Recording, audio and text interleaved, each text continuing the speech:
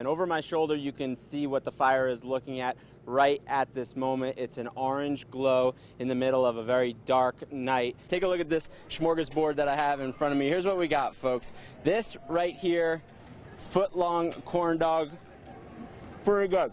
Still to this day, a reminder of what happened right here almost 3 years ago. And nothing is more fun than seeing the kids play in the snow, throwing some snowballs. Let me tell you guys something. We have very good packing snow right now. I'm trying to get these guys right now. Whoa. So with the new law in place, guns like this Smith & Wesson M&P9 will soon be off the shelves, but gun supporters are firing back. Now, we showed you the dinosaurs in the last hour, but the fairgrounds were the land of the lost last year. 450 kids were separated from their parent or guardian during the fair. He is still alive at this point. Unfortunately, sheriff's deputies that we spoke with are prepared for the worst, as they've already started a homicide investigation. One person dead, there is another person injured. We can certainly expect that it will not be nearly as hot as it was today. But for now, from Old Town Kern, Tom Murphy. One doctor we spoke with called it controlling chaos. In the event of a disaster, you still expect hospitals to function, even if there are more people walking through those doors than ever. And what if the hospital itself is not functioning? We went to one training day to find out how questions like that are answered. And if there was some fire or something, how do we get a patient down the hallway? We just talked about this yesterday. One day later, employees at Memorial Hospital are taking the steps to learn. Okay, just pull it up. Teaching how to get patients out of the hospital if the elevators aren't available. And teaching how to put out fires. Hospital officials say it's their top priority. Annual training days making sure every employee is at their best when things are at their worst. The hospital is really working hard to help us take care of our patients in time of emergency. In the emergency room, John Rogers says the hardest thing is preparing for mass casualties. Multiple patients, multiple injuries, all at once. What you're doing is controlling chaos. So you want to make sure that every person that comes through this door for help gets the best care as possible. One of the biggest questions we've had is, in the event of a disaster, will the hospitals be prepared?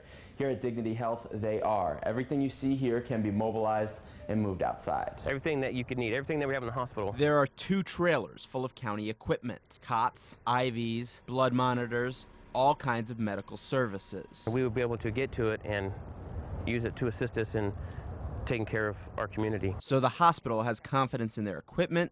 In the event of a natural disaster, any large disaster in this community, the equipment is here. Go ahead and get your fire extinguishers ready to operate. Confidence in their employees. During a natural disaster or any disaster, we could call upon any employee to help us.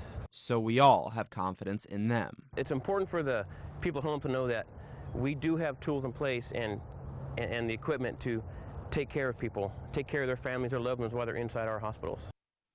Adam Combs served 10 years with the United States Navy. With compassion for others, we build, we fight. He was at his home Wednesday when a stray husky approached. There's just something about the dog, you know.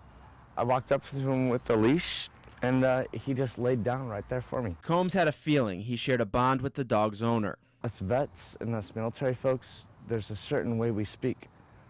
And that dog understood me. He needed to find the owner. Someone cares for this dog. Somebody misses this dog. That somebody was Steve Rivera. He called me and says, Mr. Rivera, I think we have your dog. Rivera came to us in early August. He'd lost his son's dog, Roscoe. He was watching him as Mark Rivera served in Afghanistan. He's a family member.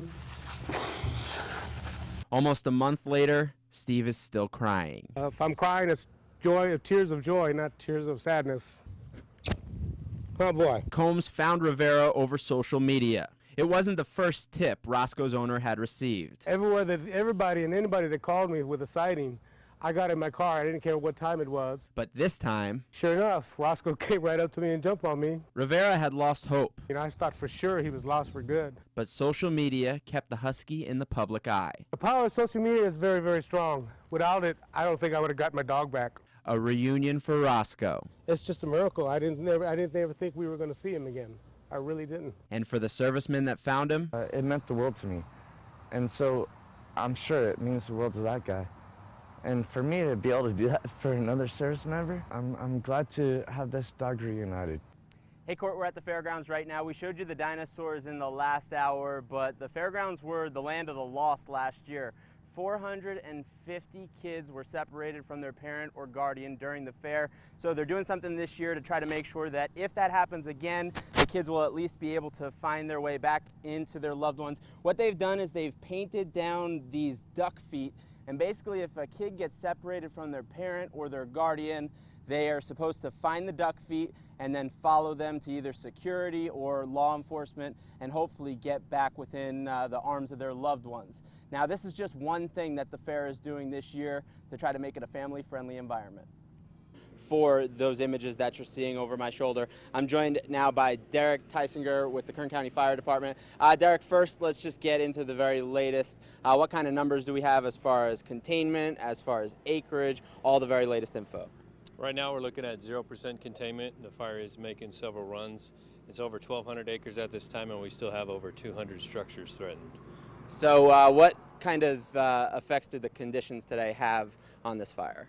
Well, we have conditions that have built up over the years. We have severe drought, low water, steep terrain, low humidity, high temperatures.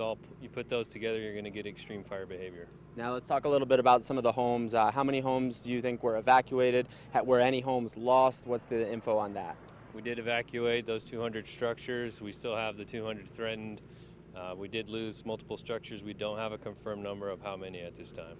Any idea as far as the timetable on this fire? It looks like it's going to continue throughout the week unless we get some more favorable weather conditions.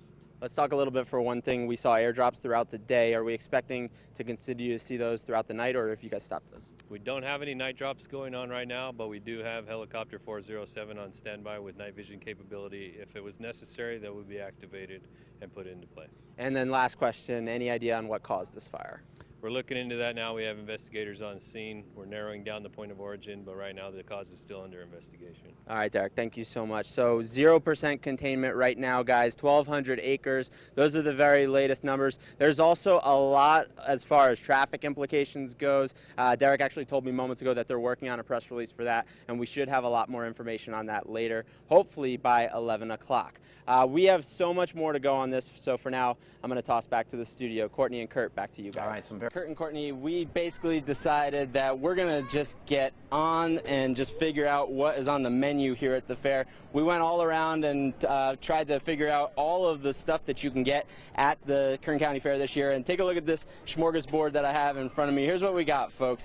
This right here, foot-long corn dog, pretty good. How about these? These are some spiral cheese fries, and I decided that I'm not going to bite into everything because that is just rude to everybody that's watching at home.